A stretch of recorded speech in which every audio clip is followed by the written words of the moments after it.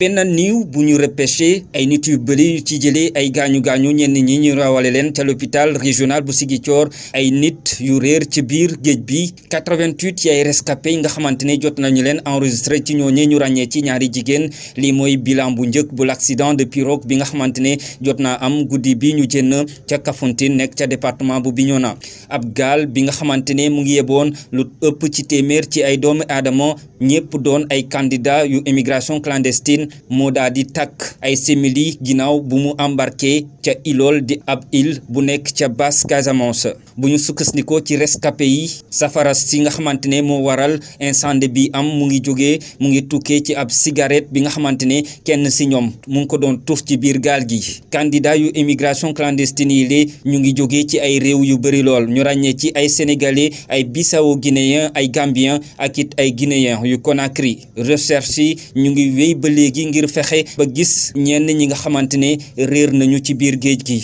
di fàttali ni doonul guléet ay candidat yu immigration clandestine di embarqué ca commune bu Kafountine ñu ngi fàttaliku teg loxo bi nga xamante ne gendarmerie nationale jot na koo teg loxo ñu bëri ci ay ndaw yi nga xamante ne ñu ngi doon dem ca réewum Espagne jaaree ko ca boobule collectivité territoriale.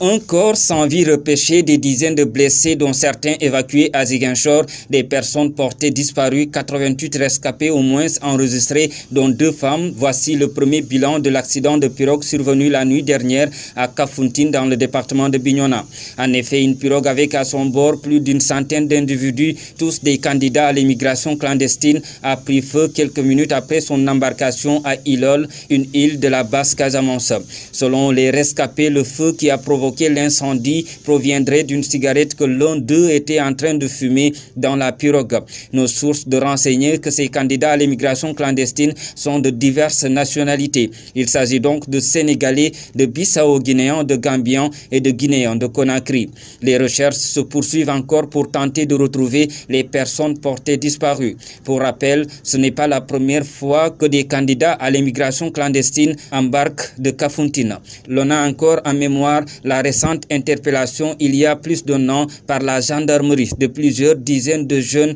en partance pour l'Espagne dans cette même collectivité territoriale.